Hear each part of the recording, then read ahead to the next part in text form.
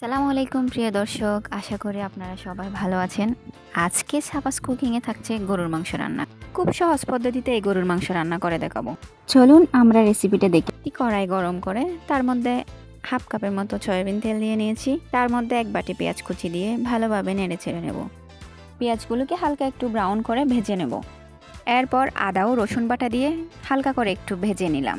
পরিমাণ মতো হলুদ বাটা, মরিচের গুঁড়া, ধনিয়ার গুঁড়া, লবণ ও বাটা মশলা দিয়ে মশলাগুলোকে ভালোভাবে মিক্সার করে কষিয়ে নিতে হবে। দেখুন মশলা থেকে তেল ছেড়ে দিয়েছে। এর অর্থ হলো মশলাটা ভালোভাবে কষানো হয়ে গেছে। মশলার মধ্যে টমেটো দিয়ে একটু মিশিয়ে নেব। এখানে মাংসটা দিয়ে মশলার সাথে মাংসটা মিশিয়ে নিলাম। এরপর 10 মিনিট মাংসটাকে হাই হিটে রান্না করে নিই। মাংসটা অনেকটাই পানি ছেড়ে দিয়েছে। তার মধ্যে আলু দিয়ে আবারও নেড়ে ছেড়ে নিই। মিশিয়ে নিয়ে কিছুক্ষণ রান্না করে নিলাম। মাংসটা থেকে এখন পানি ছেড়ে দিয়েছে। দারচিনি ও কাঁচামরিচ দিয়ে আরেকটু ভালোভাবে মিশিয়ে নিলাম। দেখুন মাংসটা প্রায় কষানো শেষ।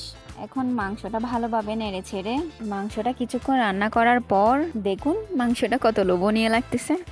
তার মধ্যে গরম পানি দিয়ে আবার একটু নেড়ে ছেড়ে জিরার গুঁড়া ও ধনিয়া পাতা দিয়ে মাংসটাকে নামিয়ে নেব। সহজ রেসিপিগুলো যাদের ভালো লাগে তারা সাবস্ক্রাইব করে রাখতে পারেন। আজকে রেসিপি দেখার জন্য সবাইকে ধন্যবাদ জানিয়ে এখানেই বিদায় নিলাম। আল্লাহ হাফেজ।